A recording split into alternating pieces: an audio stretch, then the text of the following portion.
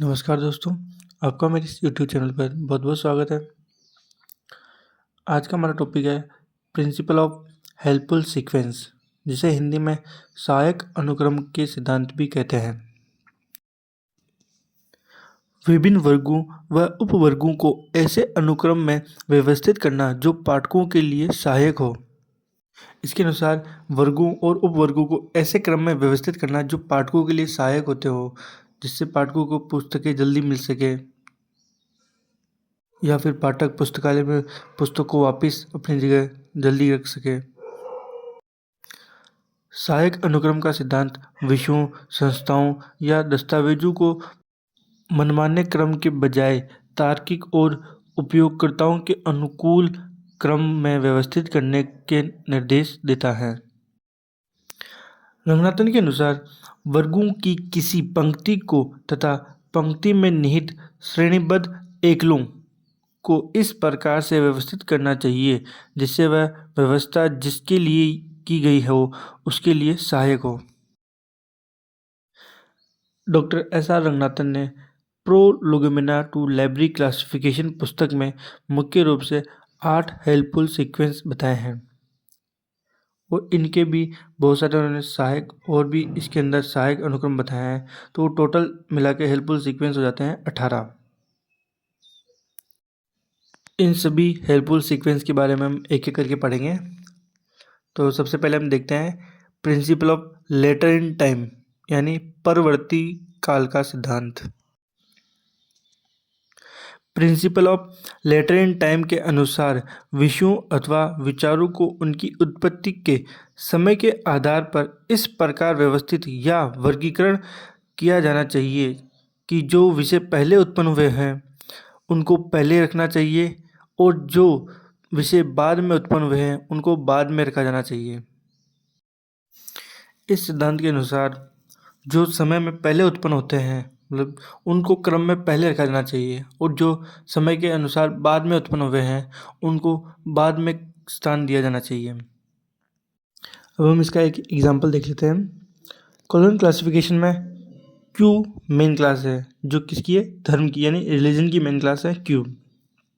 इसके अंदर सबसे पहले रखा है वैदिक हिंदुइज्म को Q1 के अंदर, फिर Q2 के अंदर रखा है पोस्ट वैदिक हिंदुइज्म को, फिर Q3 के अंदर रखा है जैनिज्म को, Q4 के अंदर रखा है बुद्धिज्म को, Q5 के अंदर रखा है जुडिज्म को और Q6 के अंदर रखा है क्रिश्चियनिटी को और Q7 के अंदर रखा है इस्लाम को। ये इनके जिस हिसाब से ये उत्पन्न हुए थे उसी क्रम में इनको रखा गया है। अब हम पढ़ेंगे हेल्पफुल सीक्वेंस का दूसरा सिद्धांत, जो कि है प्रिंसिपल ऑफ लेटर इवोल्यूशन, यानी परवर्ती विकास का सिद्धांत। यह सिद्धांत विषयों को उनकी उत्पत्ति के क्रम में व्यवस्थित करने की वकालत करता है। इस सिद्धांत के अनुसार जो विषय होती है उनकी जो उत्पत्ति होती है उनके क्रम में व्यवस्थित करने की वकालत करता है। यह principle of later in time के अनुसार तो जो उसमें तो टाइम के अनुसार था और इसमें इवोल्यूशन के आधार पर है क्रम। इस सिद्धांत के अनुसार विकास के विभिन्न चरणों में विकसित विभिन्न समकक्ष विषयों को पंक्ति में उसी क्रम में व्यवस्थित करना चाहिए जिस क्रम में उसका विकास हुआ है।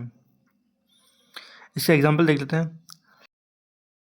हमारी मेन क्लास है मेडिसिन, जिसका नोटेशन है L। तो इसमें इसकी जो विकास है उसमें सबसे पहले हुआ था एम्ब्रियो का, जिसके लिए L9B रखा है। फिर उसके बाद हुआ चाइल्ड का, जिसके लिए L9C रखा है। फिर उसके बाद एडोलसेंट, उसके लिए L9D रखा है। फिर ओल्ड एज आती है हमारी, उसके लिए हमने लिखा है L9E। इसी क्रम में मेडिसिन को रखा जाता है। अब हम इसका तीसरा सिद्धांत देखते हैं, जो कि है प्रिंसिपल ऑफ स्पेशल कॉन्टिग्विटी। रंगनाथन ने इस सिद्धांत को अनेक विरोधाभासी युग्मों के रूप में प्रस्तुत किया है। रंगनाथन के अनुसार इन युग्मों में किसी एक युग्म के सिद्धांत को जो भी अधिक सहायक अनुक्रम प्रदान करता है चुनना चाहिए।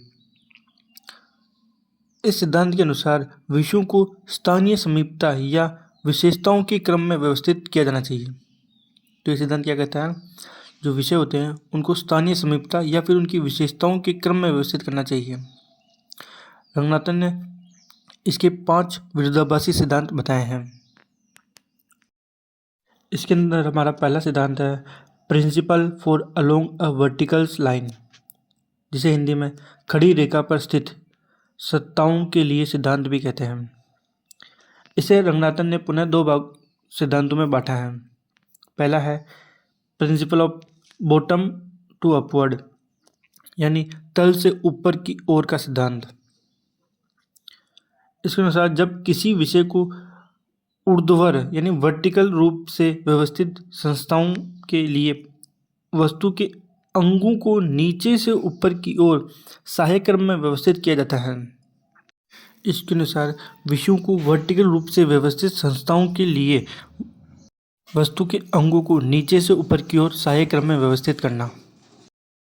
इसका एग्जाम्पल देख लेते हैं। बॉटनी हमारी मेन क्लास है जिसका नोटेशन है आई। इसके बाद इसमें रखा है रूट्स को, इसका नोटेशन है I,13। इसके बाद रखा है स्टीम को, इसका नोटेशन है I,14। इसके बाद रखा है लीफ को, इसका नोटेशन है I,15। इसके बाद रखा है फ्लावर को, इसका नोटेशन है I,16।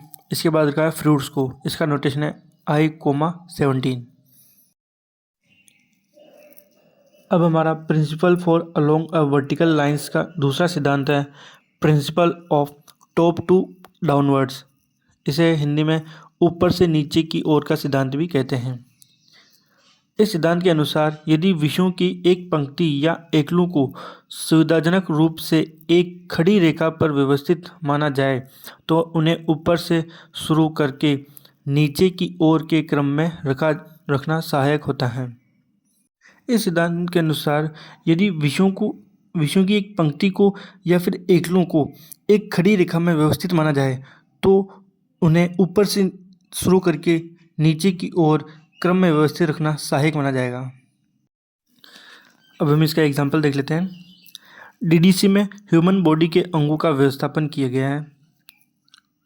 तो इसके अंदर सबसे पहले रखा है हेड को, इसके लिए नोटेशन है 611.91। हेड के बाद फेस को रखा गया है जिसके लिए नोटेशन है 611.92। इसके बाद रखा गया है नेक को, इसके लिए नोटेशन है 611.93। इसके बाद रखा गया है थ्रोएक्स को, इसके लिए नोटेशन है 611.94। इसके बाद रखा गया है एब्डोमेन को, इसके लिए नोटेशन है 611.95। इसके बाद रखा गया है परनियम एंड पेल्विक रीजन को, इसके लिए नोटेशन है 611.96। इसके बाद रखा गया है अपर एक्सट्रीमिटीज़, इसके लिए नोटेशन है 611.97। इसके बाद रखा गया है लोअर एक्सट्रीमिटीज़ को, इसके लिए नोटेशन है 611.98 को। इस तरह से हमारी बॉडी के अंगों को ऊपर से नीचे की ओर व्यवस्थित किया गया है डीडीसी के अंदर। अब हम प्रिंसिपल ऑफ स्पेशल कॉन्टिग्यूटी का दूसरा सिद्धांत देखते हैं जो कि है principle for entities along a horizontal line. इसे हिंदी में आड़ी रेखा पर स्थित सत्ताओं के लिए सिद्धांत भी कहते हैं। इस सिद्धांत को भी रंगनाथन ने 2 सिद्धांतों में बांटा है। पहला है principle of left to right और दूसरा है principle of right to left. तो सबसे पहले देखते हैं हम principle of left to right, जिसे हिंदी में बाएं से दाएं का सिद्धांत भी कहते हैं। इस सिद्धांत के अनुसार यदि विषयों की एक पंक्ति या एकलों को सुविधाजनक रूप से एक क्षैतिज रेखा पर व्यवस्थित माना जाता है तो उन्हें बाएं से दाएं की ओर सहायक क्रम में व्यवस्थित किया जा सकता है। इस सिद्धांत के अनुसार यदि एक विषय की एक पंक्ति या आइसोलेट्स को अगर एक क्षैतिज रेखा पर यानी आड़ी रेखा पर हम व्यवस्थित मानते हैं तो उन्हें एक दाएं से बाएं के सहायक क्रम में व्यवस्थित किया जा सकता है। इसमें हमारा दूसरा सिद्धांत है principle of right to left, जिसे हिंदी में दाएं से बाएं का सिद्धांत भी कहते हैं। इस सिद्धांत के अनुसार यदि विषयों की एक पंक्ति या आइसोलेट को सुविधाजनक रूप से एक क्षैतिज रेखा पर व्यवस्थित माना जाता है तो उसे दाएं से बाएं की ओर सहायक क्रम में भी व्यवस्थित किया जा सकता है। इस सिद्धांत के अनुसार यदि कोई विषय है, उसकी एक पंक्ति या कोई आइसोलेट है, उसको सुविधाजनक रूप से एक क्षैतिज रेखा यानी आड़ी रेखा में व्यवस्थित माना जाता है तो उसे दो तरीके से, या तो राइट से लेफ्ट या फिर लेफ्ट से राइट, जो तो अभी हमने पढ़ा था इससे पहले बाएं से दाएं का सिद्धांत, जिसे लेफ्ट टू राइट भी कहा गया था, या तो उस भाग में व्यवस्थित कर सकते हैं, या फिर एक और सिद्धांत है जो है दाएं से बाएं की ओर, इसमें भी हम व्यवस्थित कर सकते हैं। क्षैतिज रेखा पर अगर कोई विषय व्यवस्थित है आइसोलेट तो उसे हम दो तरीके से व्यवस्थित कर सकते हैं। पहला तो है लेफ्ट से राइट की ओर और दूसरा है दाएं से बाएं की ओर यानी राइट टू लेफ्ट की ओर। इन दोनों में से हम किसी एक क्रम में व्यवस्थित कर सकते हैं। अब हम प्रिंसिपल ऑफ स्पेशल कॉन्टिग्यूटी का तीसरा सिद्धांत देखते हैं जो कि है principle for entities along a circular line, जिसे हिंदी में वृत्त रेखा पर स्थित सत्ताओं के लिए सिद्धांत भी कह सकते हैं। इसे दो सिद्धांतों में बांटा गया है। पहला है प्रिंसिपल ऑफ क्लॉकवाइज डायरेक्शन और दूसरा है principle of counter clockwise direction. तो हम पहला सिद्धांत देखते हैं प्रिंसिपल ऑफ क्लॉकवाइज डायरेक्शन, जिसे हिंदी में परिधि के साथ घड़ी की दिशा का सिद्धांत भी कह सकते हैं।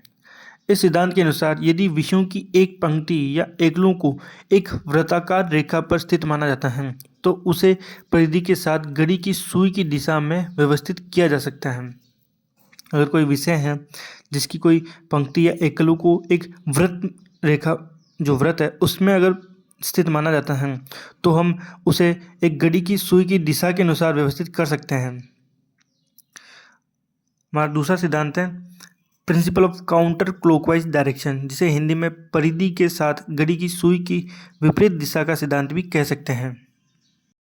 इस सिद्धांत के अनुसार यदि विषयों की एक पंक्ति या एकलों को एक वृत्ताकार रेखा पर स्थित माना जाता है तो उसे परिधि के साथ घड़ी की सुई की विपरीत दिशा में भी व्यवस्थित किया जा सकता है। तो जो ये principle for entities along a circular line है, इस सिद्धांत के अनुसार इसे दो तरीके से व्यवस्थित कर सकते हैं, या तो घड़ी की दिशा के अनुसार या उसकी विपरीत दिशा के अनुसार इसमें हम व्यवस्थित कर सकते हैं विषयों को। अब हम प्रिंसिपल ऑफ स्पेशल कॉन्टिग्यूटी का चौथा सिद्धांत देखते हैं जो कि है principle for entities along a radial line, जिसे हिंदी में वृत्त के अर्धव्यास पर स्थित सत्ताओं का सिद्धांत भी कहते हैं। इसे दो भागों में बांटा गया है, मतलब ये जो सिद्धांत है इसे दो सिद्धांतों में बांटा गया है। पहला है principle of periphery to centre, यानी परिधि से केंद्र की ओर का सिद्धांत। इस सिद्धांत के अनुसार यदि विषयों की एक पंक्ति या एकलों को अर्धव्यास रेखा पर स्थित माना जाता है तो उसे परिधि से केंद्र की ओर सहायक क्रम में व्यवस्थित किया जा सकता है। इसके अनुसार अगर कोई अर्धव्यास रेखा पर स्थित कोई पंक्ति या एकल है तो उसे परिधि से केंद्र की ओर सहायक क्रम में व्यवस्थित किया जा सकता है।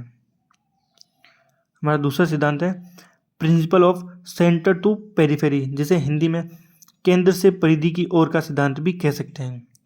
इस सिद्धांत के अनुसार यदि विषयों की एक पंक्ति या एकलों को अर्धव्यास रेखा पर स्थित माना जाता है तो उसे केंद्र से परिधि की ओर भी सहायक क्रम में व्यवस्थित किया जा सकता है।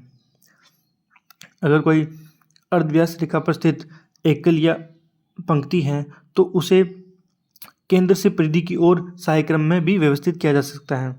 इससे पहले मैंने पढ़ा था उसमें परिधि से केंद्र की ओर व्यवस्थित कर सकते हैं सहायक क्रम में।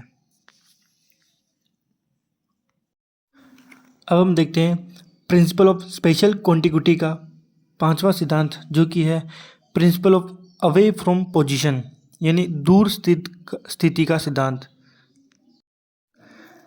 इस सिद्धांत के अनुसार यदि विषयों की पंक्ति या एकलों को एक निश्चित बिंदु से आरंभ करके उनको एक लाइन में भिन्न दिशा की तरफ माना जाता है तो उसे उसी दिशा की रेखा के समानांतर व्यवस्थित किया जाना चाहिए। अब हम प्रिंसिपल ऑफ हेल्पफुल सीक्वेंस का चौथा सिद्धांत देखते हैं जो कि है प्रिंसिपल्स फॉर क्वांटिटेटिव मेजर, जिसे हिंदी में परिमाप का सिद्धांत भी कह सकते हैं। यह सिद्धांत ये सुनिश्चित करता है कि पुस्तकों को क्वांटिटेटिव मेजर यानी परिमाणात्मक भिन्नता के क्रम में व्यवस्थित किया जाए। इस सिद्धांत को भी आगे दो सिद्धांतों में बांटा गया है। पहला है प्रिंसिपल ऑफ इंक्रीजिंग क्वांटिटी और दूसरा है प्रिंसिपल ऑफ डिक्रीजिंग क्वांटिटी। तो सबसे पहले देखते हैं हम प्रिंसिपल ऑफ इंक्रीजिंग क्वांटिटी, जिसे मात्रा वृद्धि का सिद्धांत भी कहते हैं। इस सिद्धांत के अनुसार यदि विषयों की एक पंक्ति में विषयों या एकलों की पंक्ति में एकलों की परिमाणात्मक भिन्नता को सुनिश्चित किया जाता है तो उसे उनकी मात्रा वृद्धि के आधार पर सहायक क्रम में व्यवस्थित किया जा सकता है।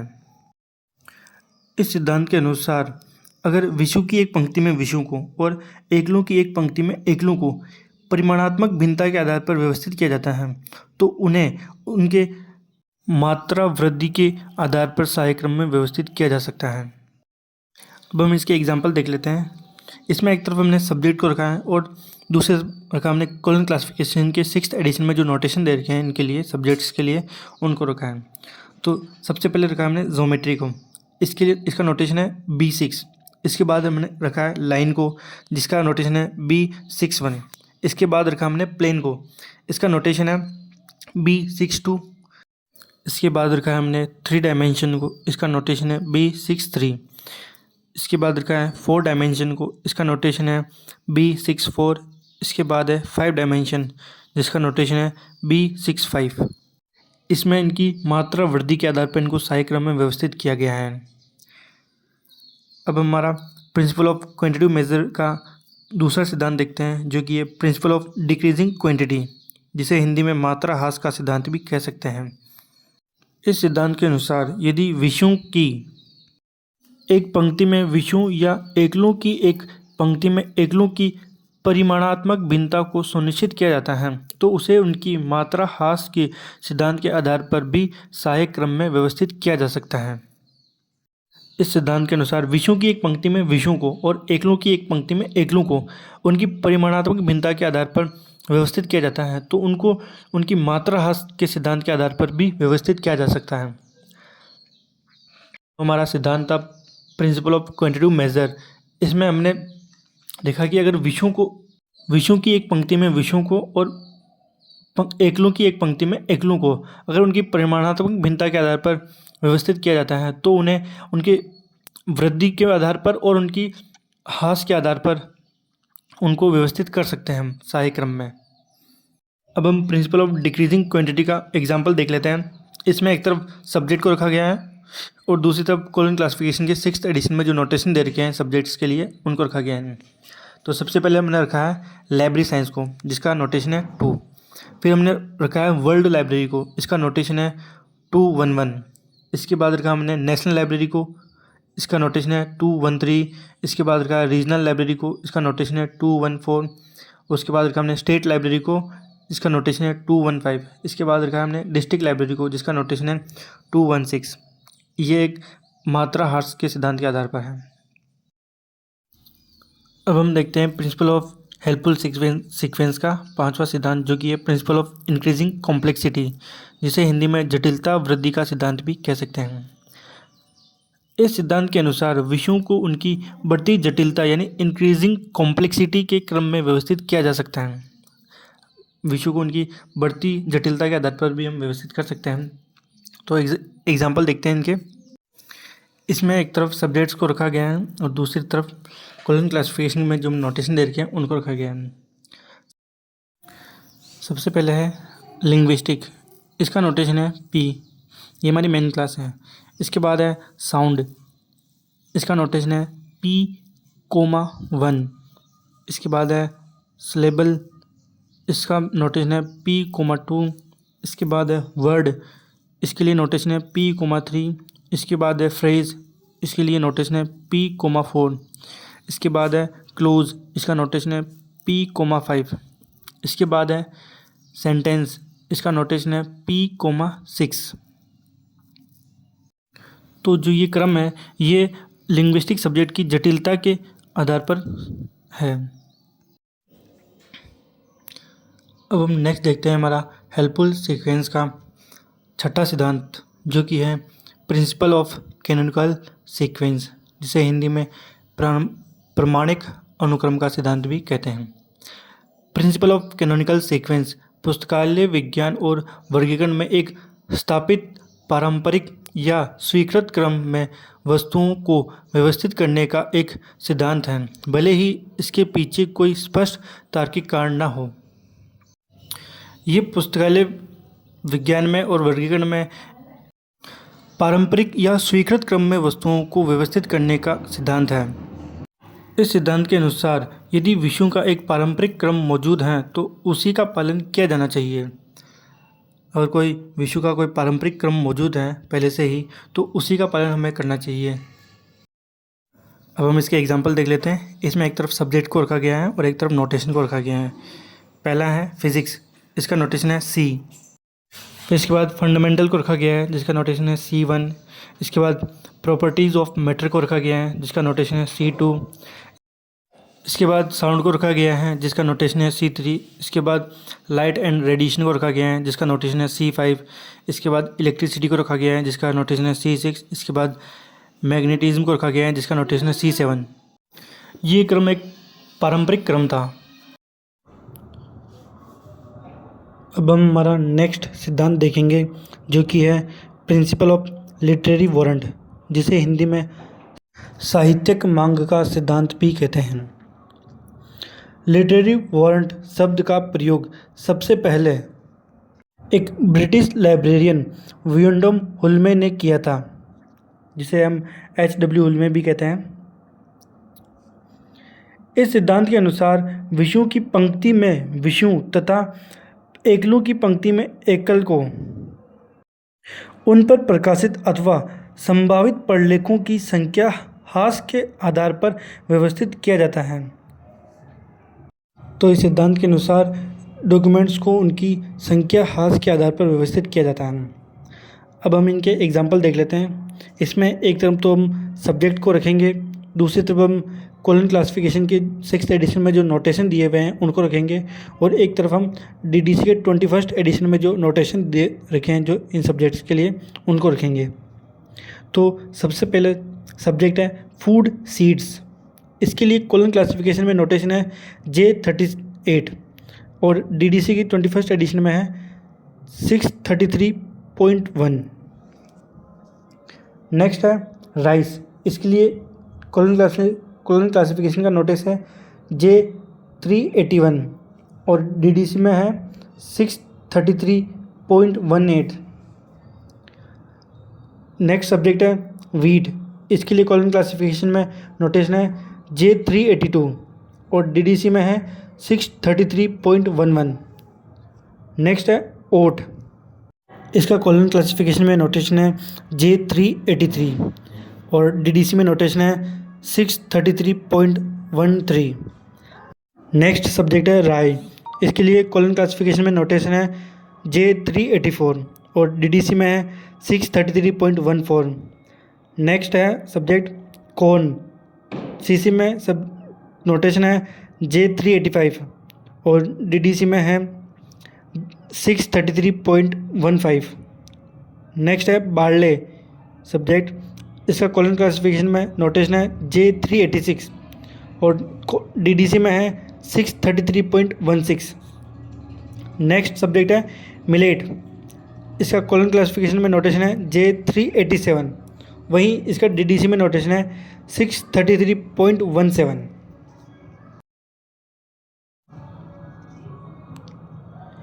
अब हमारा नेक्स्ट सिद्धांत है प्रिंसिपल ऑफ अल्फ़ाबेटिकल सीक्वेंस, जिसे हिंदी में वर्णानुक्रम का सिद्धांत भी कहते हैं। इस सिद्धांत के अनुसार जब कोई भी अन्य सहायक अनुक्रम न हो तब विषयों की एक पंक्ति में विषयों तथा एकलों की एक पंक्ति में एकलों को वर्णानुक्रम यानी अल्फ़ाबेटिकल में उनके अंतर्राष्ट्रीय स्तर पर प्रचलित नाम के आधार पर व्यवस्थित किया जा सकता है। इस सिद्धांत के अनुसार जब हमारे पास कोई भी सहायक क्रम उपलब्ध ना हो तब हम विषयों की एक पंक्ति में तथा एकलों की एक पंक्ति में वर्णानुक्रमक यानी अल्फ़ाबेटिकल यानी नाम के आधार पर जो अंतर्राष्ट्रीय स्तर पर उनका जो नाम होता है उसके आधार पर हम उनको व्यवस्थित कर सकते हैं, विषयों को या फिर एकलों को उनके नाम के आधार पर व्यवस्थित कर सकते हैं। अब हम इनके एग्जाम्पल देख लेते हैं। जैसे सब्जेक्ट होगी राइस, इसका कॉलन क्लासिफिकेशन में नोटेशन हो गया J381। तो राइस के अंदर अब हो गया बासमती, ये एक राइस की एक किस्म है। तो इसके लिए हमारे पास कोई सहायक क्रम उपलब्ध नहीं है, तो हम इसे अल्फ़ाबेटिकली अरेंज करेंगे। बासमती के लिए नोटेशन है J381, उसके आगे बी लगाया गया है जो कि बासमती को रिप्रेजेंट करता है। फिर है परमल, इसके लिए नोटेशन है J381 पी, पी पारमल को डिनोट करता है। तो इस तरह से इनको अल्फ़ाबेटिकली अरेंज किया जाता है। तो आज हमारी प्रिंसिपल ऑफ हेल्पफुल सीक्वेंस की क्लास यहीं समाप्त होती है। इसके बारे में हमने हर एक डिटेल पढ़ ली है। तो अब हम मिलेंगे नेक्स्ट क्लास में नेक्स्ट टॉपिक के साथ। जब तक के लिए धन्यवाद।